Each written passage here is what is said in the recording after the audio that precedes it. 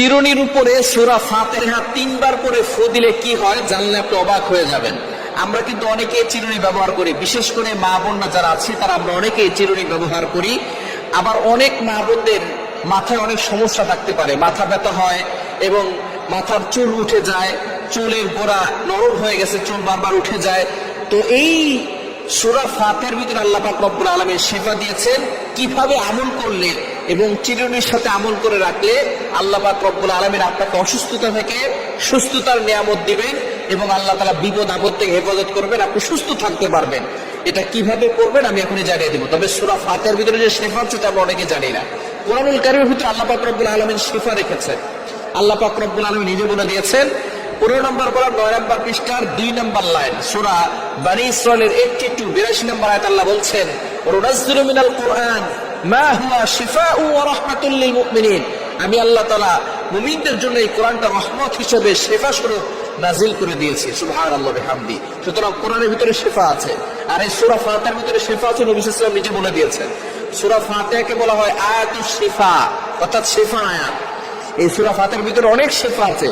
আপনার পেটে ব্যথা, আপনার যে কোনো জায়গায় ব্যথা হচ্ছে, আপনি সূরা ফাতিহা 7 বার করে পানিতে ফু দিয়ে খাবেন, দেখবেন আল্লাহ তাআলা ব্যথা কমিয়ে দিয়েছেন। আপনি অসুস্থ, প্রচন্ড জ্বর, সূরা ফাতিহা 7 বার করে পানিতে ফু দিয়ে খাবেন। অবশ্যই ইয়াকিন থাকতে হবে, বিশ্বাস থাকতে হবে যে আল্লাহ তাআলা আমাকে এই সূরা ফাতিহার মাধ্যমে শিফা দান করবে। আপনি খাবেন, দেখবেন আল্লাহ তাআলা শিফা দিয়ে দিবেন। সুতরাং ইয়াকিনের সাথে বিশ্বাসের সাথে আমল করবেন। আবু সাঈদ খুদরি রাদিয়াল্লাহু আনহু থেকে বর্ণিত, নবী সাল্লাল্লাহু আলাইহি ওয়াসাল্লাম জানিয়ে দিয়েছেন সূরা ফাতিহার ভিতরে শিফা আছে এবং সে এটাকে এক সাপে কামড় দেওয়া রোগীকে সূরা ফাতিহা 7 বার করে ফু দিয়েছিলেন, সাথে সাথে সাপের বিষ পানি হয়ে গিয়েছিল। এজন্য সূরা ফাতিহা ইয়াকিনের সাথে আমল করতে হবে। তো এখন আপনি সূরা ফাতিহা প্রথমে ওযু করবেন, 3 বার দুরূদ শরীফ পড়বেন, এরপরে সূরা ফাতিহা 3 বার পড়ে শেষে আবার 3 বার দুরূদ শরীফ পড়ে চিরুনিতে ফু দিবেন। ফু দেওয়ার পরে বিসমিল্লাহ করে মাথা আঁচড়ালে ওই মাথা থেকে চুল পড়বে না, মাথা ব্যথা কমে যাবে এবং মাথার বিভিন্ন রোগ থেকে আল্লাহ পাক রব্বুল আলামিন তাকে হেফাজত করবেন।